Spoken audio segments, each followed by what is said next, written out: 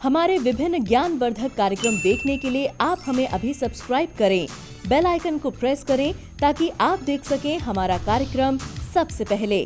और अधिक जानकारी के लिए फेसबुक पेज को लाइक करना न भूलें। जय माँ इंद्राक्षी। इंद्राक्षी धाम में दर्शकों आप सभी का हम हार्दिक स्वागत करते हैं।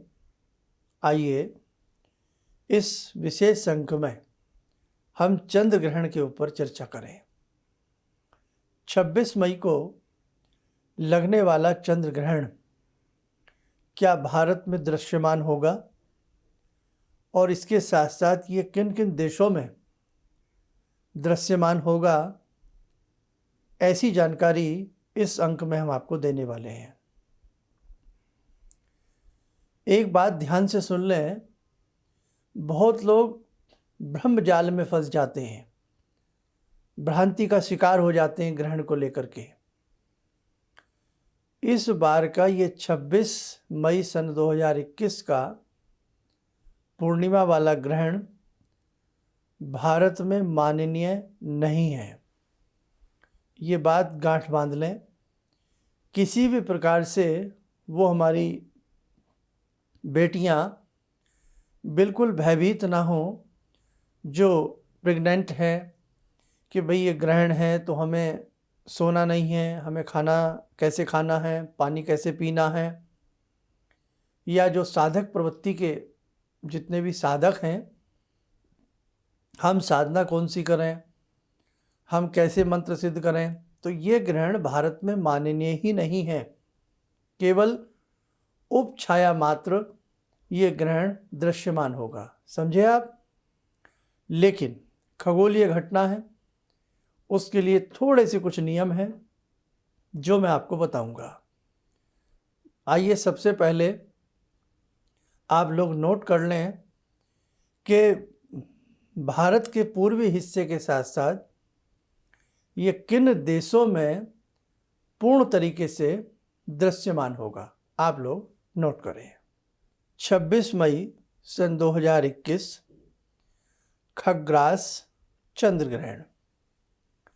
यह खग्रास चंद्र ग्रहण पूर्वी भारत, प्रशांत महासागर, पूर्वी Asia, Australia, Bangladesh, Burma, Singapore, Japan, Canada, Philippines, Pacific सागर और उत्तरी व दक्षिणी अमेरिका में दिखाई देगा। भारत में इस ग्रहण का सूतक मान्य नहीं है। अगली परिभाषा भी नोट करें। खग्रास चंद्र ग्रहण की तिथि क्या है और यह किस नक्षत्र में होगा। यह ग्रहण बैसाख माह की पूर्णिमा, जो कि पूर्णिमा है, अनुराधा नक्षत्र व वृश्चिक राशि में यह ग्रहण पूर्वी भारत व आसाम की ओर ग्रस्तोदय दिखाई देगा। वह उपछाया चंद्र ग्रहण के रूप में ही दिखाई देगा। अब इसके साथ साथ यह ग्रहण में कुछ शुद्धता भी है। कैसी शुद्धता है? उस दिन कुछ तिथि का ऐसा योग है कि आप जनरल तरीके से यदि कोई दान पुण्य करते हैं तो आपके लिए बहुत अच्छा रहेगा, जनरल तरीके से, क्योंकि ग्रहण तो मान्य नहीं है। अब वो तिथियों में क्या ऐसी सौम्यता है, आप वो भी नोट कर लें। बैसाखी पूर्णिमा है चंद्र ग्रहण वाले दिन, बुद्ध पूर्णिमा है, श्री कुर्म जयंती है, बुद्ध जयंती है, विष्णु पूजन व चंद्र शांति आदि शुभ योग में चंद्र ग्रहण विश्व के कुछ हिस्सों में घटित होगा। इस ग्रहण के दौरान हमें साधना क्या करनी चाहिए? इस ग्रहण के दौरान हमें साधना भगवान शिव से जुड़ी हुई करनी चाहिए। क्यों? चंद्र जो हैं ये भगवान शिव की साधना से प्रसन्न होते हैं। अर्थात या यूँ कह लें, चंद्रमा को स्वयं भगवान शंभु ने अपने ललाट पर स्थापित किया हुआ है। आज का ये भयावह समय अपने आप को स्वस्थ रखने का है, अपनी मानसिक अशांति को दूर करने का है, अपने स्वास्थ्य संवर्धन का है। तो भगवान शिव की जितनी भी भक्ति है, जितने भी उनके मंत्र हैं, वो हमें स्वास्थ्य का वरदान देते हैं, आरोग्य प्राप्ति कराते हैं और अच्छी आयुष्य प्रदान करते हैं। जैसे मृत्युंजय मंत्र हैं और लघु मंत्र हैं, हम उन्हें जरूर पढ़ें। अब भारत में ये दृश्यमान नहीं है, ये बात तो हमने आपको बता दी है, लेकिन एक चीज़ ध्यान रखें, खगोलीय घटना है। अब भले ही ये विदेशों में वहाँ पर ग्रहण दिखाई दे और भारत में केवल छाया मात्र के रूप में ये दिखाई दे, यानी कि पूर्णता नहीं, इसलिए ही विद्वानों ने इस बार के इस ग्रहण का सूतक या स्पर्श मान्य नहीं माना है। यानी कि यहाँ पर किसी भी प्रकार के ग्रहण को लेकर के कोई डरने की आवश्यकता नहीं है और ना ही इस ग्रहण का कोई असर, जैसे गर्भवती महिलाएं हैं या और कहीं कहीं इसका असर वनस्पतियों पर या किसी चीज़ पर आता है, जलवायु पर आता है, तो किसी भी चीज़ पर भारत में इसका असर नहीं रहेगा। जैसे हमारे शास्त्रों में उल्लेख है, उसी प्रकार से मैं आपसे बात कर रहा हूँ। जब भारत में ये मान्य नहीं है तो यहाँ पर किसी क्रियाकलाप की आवश्यकता भी नहीं है। अब मैं शिव की साधना क्यों कह रहा हूँ? क्योंकि खगोलीय घटना है, कहीं ना कहीं तो घट रही है। तारों का, सितारों का, नक्षत्रों का, इनका पूर्ण संबंध हमारे शास्त्रों से है।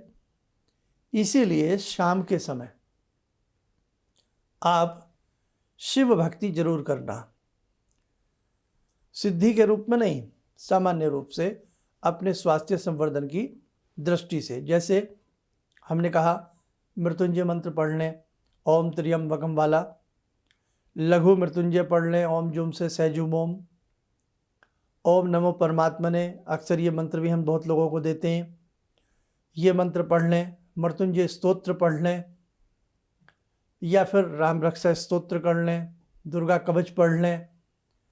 और इसके साथ साथ जो भी आपको अपने आप में मंत्र अच्छे लगते हैं या जिन्हें आप पढ़ते हैं, उन्हें शाम के समय, अब शाम का समय सुन लें, 26 तारीख की शाम की मैं आपसे बात कर रहा हूँ, शाम का समय भी सुन लें, 26 तारीख का, 26 मई का 6 बजे से लेकर के शाम को 7:30 बजे के बीच में, 6 से 6:30 के बीच में, ये 1.5 घंटे का समय ऐसा है जिसमें आप, वैसे भी शाम का समय तो हम भारत के हिसाब से पूजा पाठ का समय होता है, भक्ति भावना का समय होता है।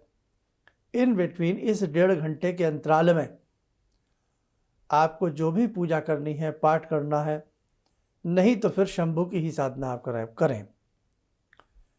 जो लोग बैठ नहीं सकते, वो लोग चलते फिरते, उठते बैठते भगवान शंभु की साधना करते रहें। मृत्युंजय मंत्र या किसी भी मंत्र को वो चलते फिरते भी जपते रहें। दूसरी बात, शुद्धता की दृष्टि से भारत में भी आप क्या करें, अपने जो, अगर आपने पानी स्टोर किया हुआ है या दूध है, उसमें तुलसी का पत्ता या तनिक सा गंगा जल या कुशा का तृण डाल दें। ये वैसे भी शुभ होता है डालना, अशुभ नहीं होता, तो आप डाल दें। और जो मैं फिर बता देता हूँ, हमारी बच्चियां हैं, बेटियां हैं, जो प्रेग्नेंट महिलाएं हैं, वो तनिक भी ना घबराएं। हाँ, शाम के समय में जो समय मैंने बताया है, क्योंकि उपछाया तो है ना, जो शाम का समय मैंने बताया है करीब करीब, और इसको फिल्टर कर देता हूँ, 6:15 से 6:25 नोट कर लें। शाम को 26 तारीख को 6:15 से 6:25 के बीच में 15 मिनट सब्जी को काटना, फल काटना, सुई से कोई चीज़ सिलना, सही करना, कैंची से कोई कपड़ा आदि काटना, कागज़ काटना, वो प्रेग्नेंट महिलाएं ना करें। सिर्फ 15 मिनट की बात है, सिर्फ 15 मिनट की बात है। अब इसके बाद आप आराम से जो मर्जी खाइए, आराम कीजिए। रात को जैसे हम दैनिक नींद में सभी लोग सोते हैं, तो सभी लोग आराम से सोइएगा। किसी तरह का कोई भय नहीं है, सभी के लिए है ये, महिलाएं, पुरुष, बच्चे, किसी तरह का नहीं है, क्योंकि ये ग्रहण मात्र उपछाया मात्र है। पूर्ण तरीके से ये ग्रहण मान्य नहीं है, इसका कोई भी सूतक स्पर्श मान्य नहीं है। अब हमारे जो विदेशों में हमारे दर्शक हैं, जैसे मैंने जापान का नाम लिया, ऑस्ट्रेलिया का लिया, कनाडा लिया, और कुछ समुद्री तट मैंने बताए, अमेरिका मैंने बताया, तो वहाँ पर आप लोग क्या करें। सूर्य ग्रहण का स्पर्श 9 घंटे पहले आ जाता है, चंद्र ग्रहण का स्पर्श 12 घंटे पहले आ जाता है। सुबह की पूजा जल्दी कर लें, उसके बाद अपने कपाट मंदिर के बंद कर दें, कर्टेन लगा दें।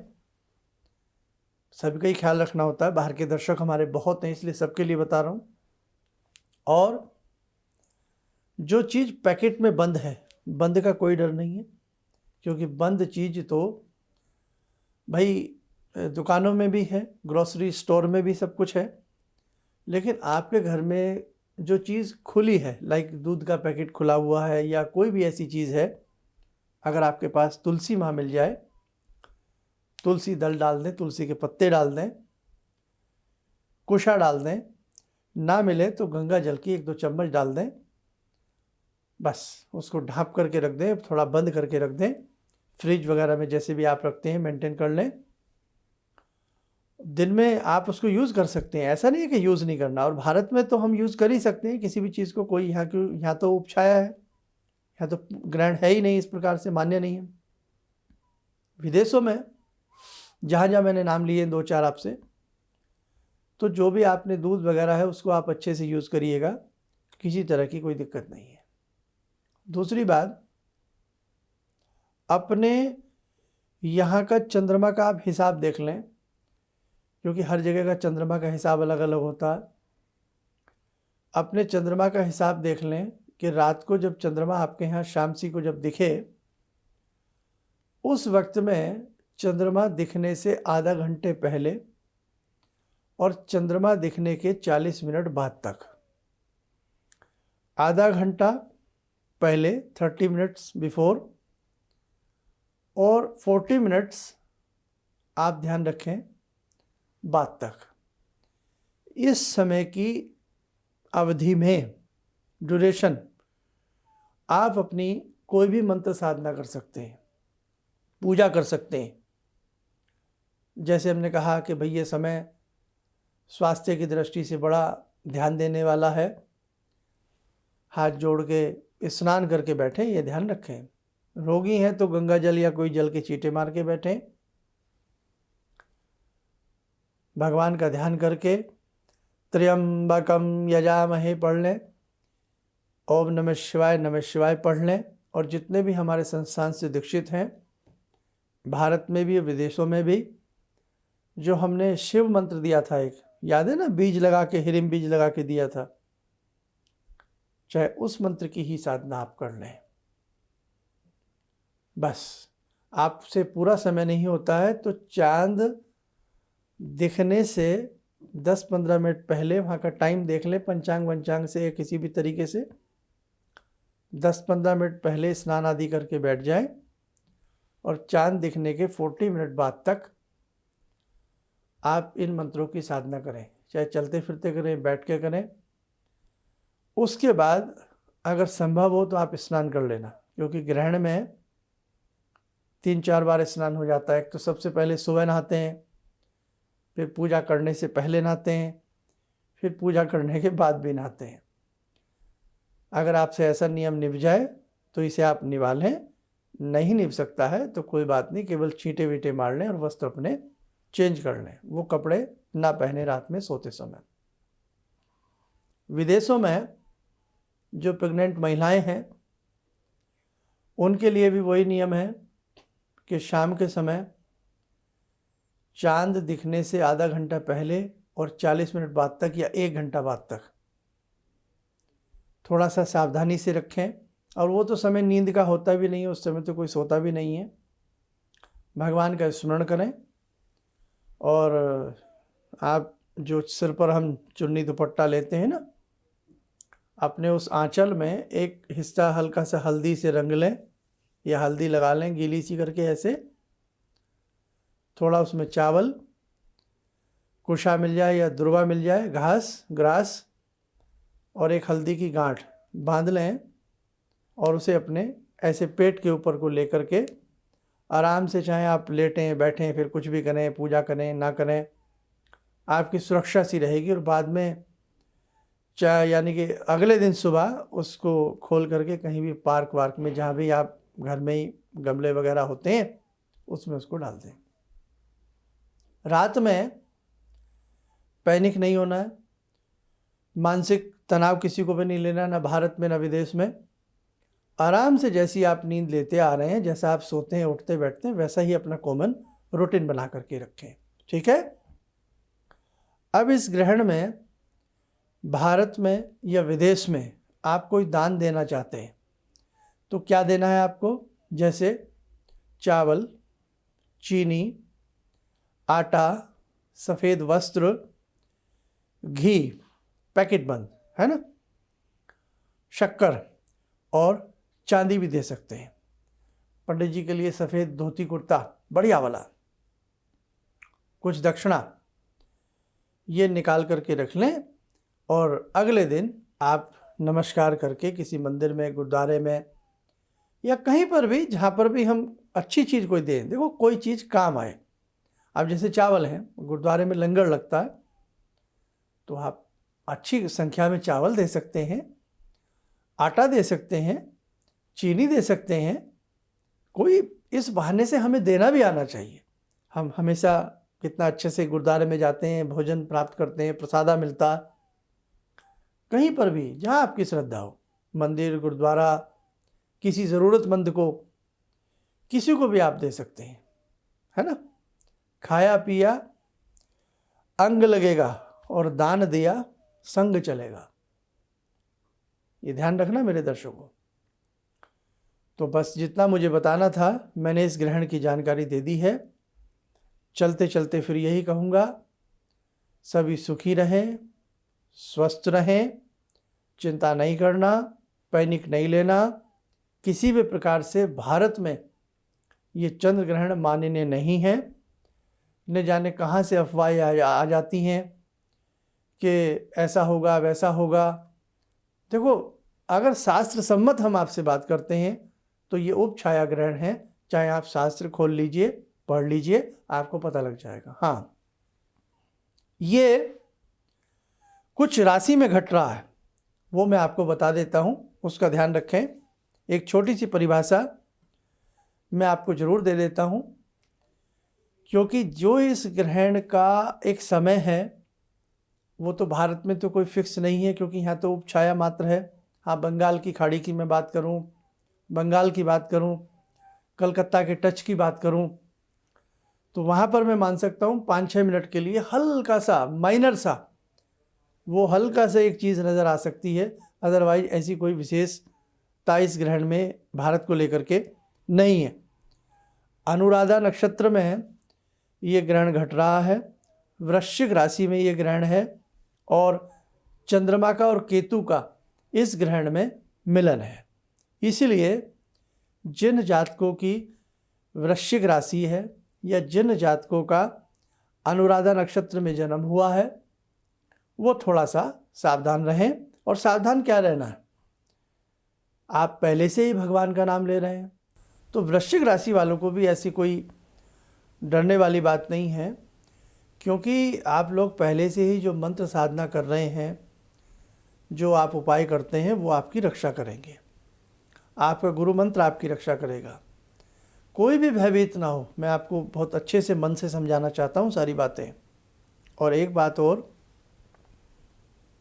आपका अनुराधा नक्षत्र में जन्म हुआ है, आपका वृश्चिक लगन है या वृश्चिक राशि है, स्कॉर्पियो, या आपकी जन्म पत्रिका में चंद्र की महादशा है या अंतरदशा है, तो ऐसे लोगों को चंद्रमा का जो मैंने दान बताया है, थोड़ा बहुत दान निकाल देना, अगले दिन किसी को दे देना 27 तारीख को, और 26 तारीख की शाम को संध्या को तकरीबन, भारत की बात कर रहा हूँ, 6 बजे से या 6:15 बजे से लेकर के 7:30 बजे तक अपनी कोई भी मंत्र साधना या राम रक्षा स्तोत्र, दुर्गा कवच या शिव मंत्र जो भी आपसे बन पड़े उसे आप पढ़ लेना। जैसे दुर्गा कवच भी यदि आप एक बार पढ़ लेते हैं, एक बार राम रक्षा स्तोत्र पढ़ लेते हैं, या आप इंद्राक्षी कवच स्तोत्र पढ़ लेते हैं, या जितनी भी बहुत सारी चीज़ें हमने आपको समय समय पे बताई हैं उन्हें आप करते रहिए, कर लेना। उस 1 घंटे के दौरान में किसी तरह से भयभीत नहीं होना। और ये बिल्कुल भ्रमात्मक तथ्य है कि बहुत ज़्यादा किसी के ऊपर असर आएगा, या बहुत ज़्यादा किसी को कुचुम्बर निकल जाएगा, या बहुत ज़्यादा किसी को इनाम मिल जाएगा, नहीं। क्योंकि जब भारत में कोई चीज़ दृश्यमान ही नहीं है तो फिर डर कैसा। और जहाँ तक खगोल शास्त्र की बात है, खगोलीय घटना है, उसके लिए हमने आपको बता दिया, थोड़ा दान पुण्य कर लेना और उस विशेष समय में कुछ अपनी पूजा वगैरह कर लेना। शिव साधना सबसे श्रेष्ठ है, आपकी बाकी इच्छा है। अब एक वहम और निकाल दूं एडवांस में। 10 तारीख को भी ग्रहण है, 10 जून को, और ये सूर्य ग्रहण है, कंकणाकृति सूर्य ग्रहण है। ये भी भारत में दृश्यमान नहीं होगा। मुझे बड़ा अफसोस होता है कि कहाँ कहाँ से लोग इस प्रकार से जनता को डरा देते हैं, ऐसा हो जाएगा, वैसा हो जाएगा। अरे भैया, बिना मेहनत करे ना कुछ मिलेगा, और ना ही भगवान के जो आश्रय बैठे हैं उनका कुछ बिगड़ेगा। हमेशा ध्यान रखना, जाको राको साइयाँ मार सके न कोई, ये बात हमेशा ध्यान रखना।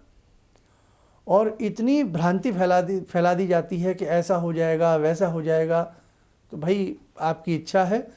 वैसे ही इस समय माहौल ऐसा बना हुआ है डरावना सा कि हर व्यक्ति को अपने स्वास्थ्य की चिंता है। तो मैं आपसे यही कहूँगा, अपने स्वास्थ्य का ध्यान रखना, टेंशनाइज नहीं होना है। ग्रहण आज की बात नहीं है, ये सदियों से आ रहे हैं, जा रहे हैं। ये हमेशा घटनाएं ऐसी घटती रहती हैं। हाँ, शास्त्रों में बस इतना है कि जो हम इन ग्रहण के बीच में, जब ग्रहण गहता है, ग्रहण की घटना घटती है, उस समय ग्रहण का दृश्यमान होता है, इन बिटवीन कोई हम अच्छी पूजा करें, हम अच्छी साधना करें। और साइंस तो इसके बारे में भी इतना चिंतित नहीं होती है, भाई आप कुछ करें या ना करें, लेकिन आध्यात्मिक विज्ञान, आध्यात्मिक साइंस वो इस बात को कहती है कि यदि आप अपने जीवन के लिए कुछ अच्छा कर लेंगे तो आपके लिए अच्छा रहेगा। तो साथ को उम्मीद रखता हूँ इसमें मैंने जितना आपको समझाने की कोशिश की है आपके समझ में आ गया होगा। और जो लोग इस बार के इस ग्रहण को लेकर के भ्रमित हैं, कृपया ये वीडियो हमारी उन तक ज़रूर पहुँचाएँ। उनसे कहें वो हमें YouTube पर सर्च करें, किस नाम से, PROF.धर्मेंद्र शर्मा, प्रोफेसर धर्मेंद्र शर्मा या पंडित धर्मेंद्र शर्मा, किसी भी नाम से आप YouTube पर ये वीडियो उन्हें हमारी दिखा सकते हैं। और हमने जून महीने की 12 राशियों के उपाय भी बताए हैं, वो भी आप अपने सुन करके कर सकते हैं। आप स्वस्थ रहें, सुखी रहें, ईश्वर की कृपा से आपकी समस्त मनोकामनाएं पूर्ण हों। ओम नमः शिवाय। जहाँ तक मेरा व्यक्तिगत अनुभव रहा है, मैं फर्श पर पड़ा था, आज गुरुजी की कृपा से अर्श पर हूँ। गुरुजी ने एक मंत्र जब पहली बार मिला था तो मैं ऐसी परिस्थिति में गिरा हुआ था कि मेरे को ये लगता था कि मैं जिधर भी जाऊँ मेरे तरफ, एक तरफ कुआं एक तरफ खाई वाली स्थिति मेरे साथ थी।